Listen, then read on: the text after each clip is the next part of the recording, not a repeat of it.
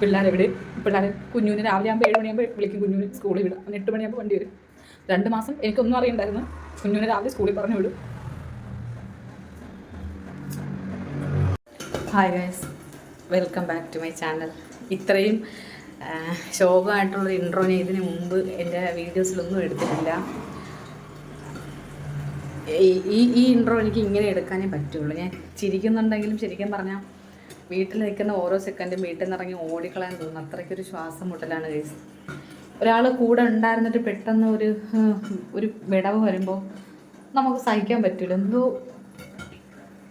എന്താ പറയുക, ഇന്നലെ വരെ എല്ലാത്തിനും ഒരാൾ കൂടെ ഉണ്ടായിരുന്നു. ഇന്ന് മുതൽ ഞാൻ തന്നെ എല്ലാം ചെയ്യണം. ഇനി ഗ്യാസ് വരുമ്പോൾ ഞാൻ പോയി എടുക്കണം. വെള്ളം, നമുക്ക് കുടിവെള്ളം ഇവിടെ താഴെ നിന്നാണ് എടുക്കണം. വെള്ളം ഞാൻ എടുക്കണം.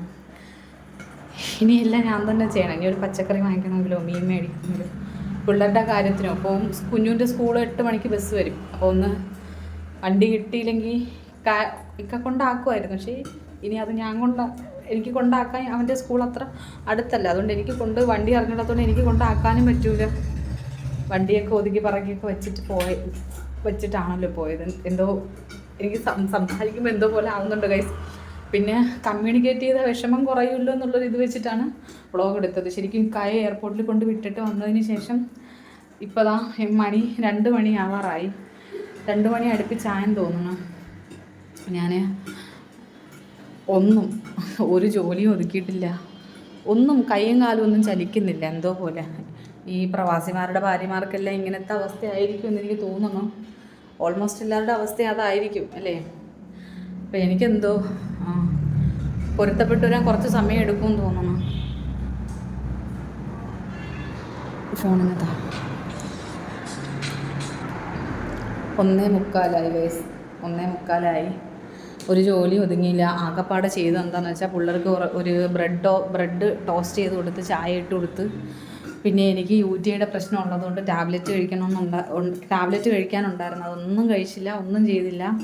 ഇവിടെ മത്തി ഫ്രൈ ചെയ്യാൻ വേണ്ടി വെച്ചേക്കുന്നു. ചമ്മന്തി അരയ്ക്കാൻ തേങ്ങ തിരി വെച്ചേക്കുന്നു. ഇന്ന് ചോറും മത്തി ഫ്രൈയും ചമ്മന്തിയാണ്. ഉള്ളപ്പോഴാണല്ലോ കുറേ കറികളൊക്കെ വേണ്ടത്. 2-3 കറിയൊക്കെ വയ്ക്കേണ്ടത്. ഇനിയിപ്പോൾ നമ്മൾ എന്ത് വേണമെങ്കിലും കഴിക്കും. അപ്പോൾ നമുക്ക് ഫുഡ് ഉണ്ടാക്കി കൊടുക്കാൻ ഒരാളുള്ളപ്പോൾ നമുക്ക് ഉണ്ടാക്കി കൊടുക്കാനും ഇൻട്രസ്റ്റാണ്.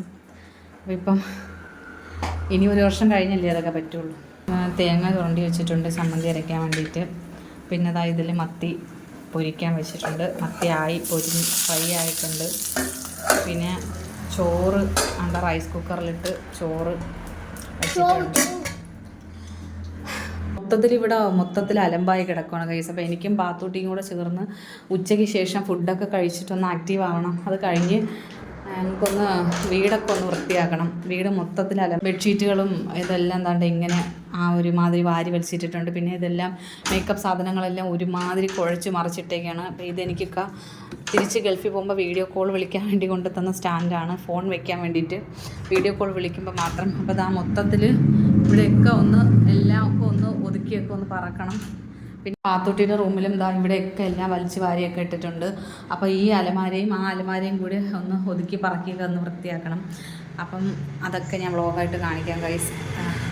എന്തെങ്കിലും ഒന്നും ചെയ്തില്ലെങ്കിൽ ഭ്രാന്ത് പിടിക്കുന്നൊരവസ്ഥയാണ്. ശരിക്കും ഒരാഴ്ച വരെ ഒന്ന് നോർമലാവാൻ സമയമെടുക്കും. ചിലപ്പോൾ ഇങ്ങനെയൊക്കെ കാണുമ്പോൾ തോന്നും പ്രവാസികളായിട്ടുള്ള നാട്ടിൽ വരാതിരുന്നെങ്കിൽ പ്രശ്നമില്ല. വന്നിട്ട് പോകുമ്പോഴാണ് നമുക്ക് പ്രശ്നം മൊത്തം. വരാതിരുന്നാൽ ഒരു കുഴപ്പമില്ല. വന്നിട്ട് പോകുമ്പോൾ നമ്മളെ ചങ്കും പറിച്ചുകൊണ്ടങ്ങ് പോകും. രാവിലെ ഞാൻ 10:30ക്കാണ് ഉറക്കം എഴുന്നേറ്റത്. വന്നപ്പോൾ സിങ്ക് നിറച്ച പാത്രം ഉണ്ടായിരുന്നു. പിന്നെ എഴുന്നേറ്റ് വന്നപ്പോൾ മൊത്തത്തിൽ കിളി പോയ അവസ്ഥയായിരുന്നു. എവിടെയാണ്, എന്താണ്, ഞാൻ വീട്ടിൽ തന്നെയാണോ, ഇടയ്ക്കിടയ്ക്ക് റസി എന്നുള്ള ആ വിളി, അതാണ് ഏറ്റവും കൂടുതൽ മിസ് ചെയ്യുന്നത്. റസി പച്ചക്കറി തീർന്നാൽ മീൻ വാങ്ങിക്കണോ, പാല് വാങ്ങിക്കണോ, പിള്ളേരെവിടെ, കുഞ്ഞുവിന് രാവിലെ ആകുമ്പോൾ 7 മണിയാകുമ്പോൾ വിളിക്കും. കുഞ്ഞുവിന് സ്കൂളിൽ വിടും. അവന് 8 മണിയാകുമ്പോൾ വണ്ടി വരും. 2 മാസം എനിക്കൊന്നും അറിയണ്ടായിരുന്നു. കുഞ്ഞുവിനെ രാവിലെ സ്കൂളിൽ പറഞ്ഞു വിടും.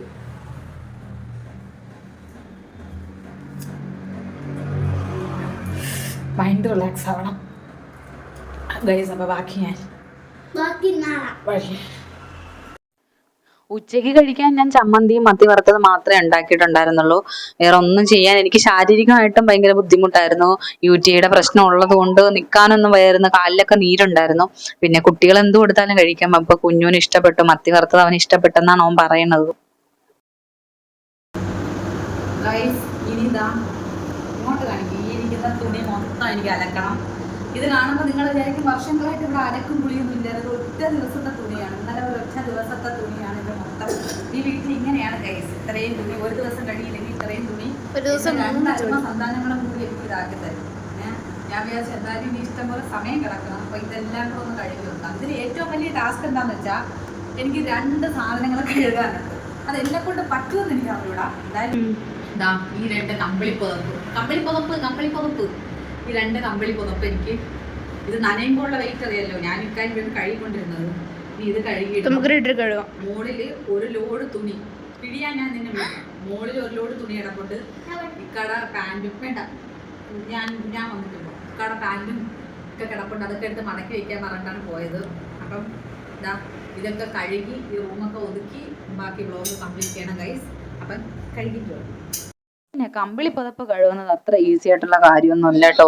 ഇക്കായി ഞാനും കൂടെയാണ് ഇതിന്റെ ഒരു വാലും തലയും വെച്ച് ഇങ്ങനെ പിഴിഞ്ഞോണ്ടിരിക്കുന്നത്. പാത്തൂട്ടി പിഴിയാൻ വരാമെന്ന് പറഞ്ഞു, പക്ഷെ അവളെ കൊണ്ട് ഇത് കൂട്ടിയ കൂടത്തില്ല. അവളെ പിഴിഞ്ഞു കഴിഞ്ഞാൽ പിന്നെ ഞാൻ അവളെയും കൊണ്ട് ഹോസ്പിറ്റലിൽ പോകേണ്ടി വരും.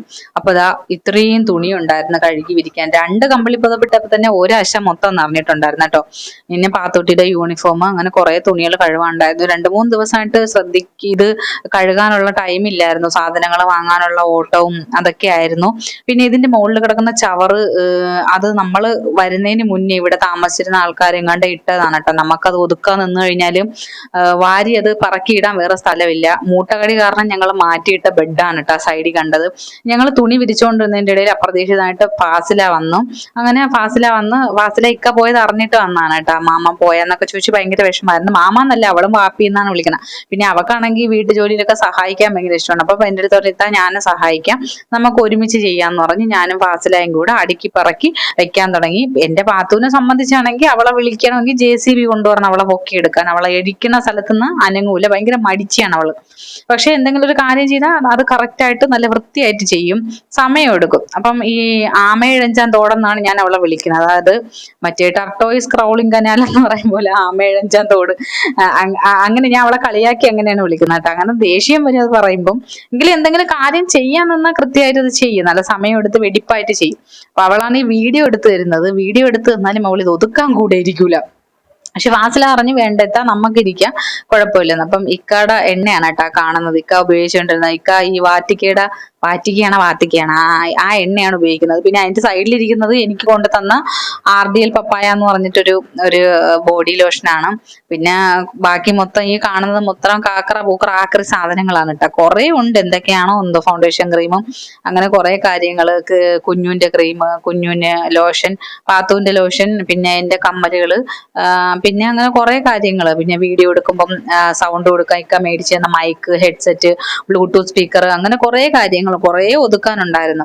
അപ്പൊ ഇതൊക്കെ ഈ 2 ദിവസം ഞാനൊന്ന് ശ്രദ്ധിക്കാത്ത പാടാണ്. ഇതെല്ലാം കൂടി പാത്തോട്ടി ഇങ്ങനെ വലിച്ചു വാരി അലമ്പാക്കിയിട്ട് ഞാൻ ഒരു കാര്യം എടുത്തു കഴിഞ്ഞാൽ അത് എടുക്കുന്ന സ്ഥലത്ത് തന്നെ അങ്ങ് തിരിച്ചു വെക്കും. എനിക്കിങ്ങനെ ഒരു കാര്യം പിന്നത്തേക്ക് മാറ്റി വയ്ക്കുന്നത് എനിക്ക് ഇഷ്ടമല്ല. നാളെ ഒതുക്കാൻ, മറ്റന്നാൾ ഒതുക്കാം. തുണികളായിരുന്നാൽ പോലും അന്നോടെന്നുള്ളത് കഴുകിയിട്ടില്ലെങ്കിൽ എനിക്ക് ഉറക്കം വരത്തില്ല. ഞങ്ങൾ ട്രിപ്പിന് പോയിട്ട് വന്നപ്പോൾ രാത്രി 12 മണിക്കാണ് വീട്ടിൽ വന്നത്. എന്നിട്ടും തുണികൾ കഴുകിയിട്ടിട്ടേ ഞാൻ കിടന്ന് ഉറങ്ങിയുള്ളൂ കേട്ടോ. അത് നല്ല ശീലമാണോ വൃത്തിയിട്ട ശീലമാണോ എന്ന് ചോദിച്ചാൽ എനിക്ക് എന്നെ സംബന്ധിച്ച് അത് വൃത്തിയിട്ട ശീലമല്ല, എനിക്ക് നല്ല ശീലമാണത്. ഞാനതങ്ങനെ ആയിപ്പോയി. അപ്പം ഒതുക്കിയിട്ടേ എനിക്ക് കിടന്നുറങ്ങാൻ പറ്റത്തുള്ളൂ. അത് അടുക്കളയായാലും എവിടെയായാലും അത് എന്നെ കൊണ്ട് അല്ലാതെ പറ്റത്തില്ല. അങ്ങനെ എല്ലാം അടുക്കി പറക്കി, ഇത് എൻ്റെ ഇക്കയുടെ തുണിയാണ്. ഇനി 1 വർഷം കഴിഞ്ഞ് വരുമ്പം എൻ്റെ ഇക്കാക്ക് ഇടാൻ വേണ്ടി ഞാൻ എല്ലാം അടുക്കി പറക്കി വെച്ചിട്ടുണ്ട്. അപ്പം ഇത്രയൊക്കെയുള്ളൂ ഗൈസ്. ഇനി വേറെ വീഡിയോ ആയിട്ട് ഞാൻ വേറെ വ്ളോഗായിട്ട് വരാം. അത്രയേ ഉള്ളൂ. ടാറ്റ.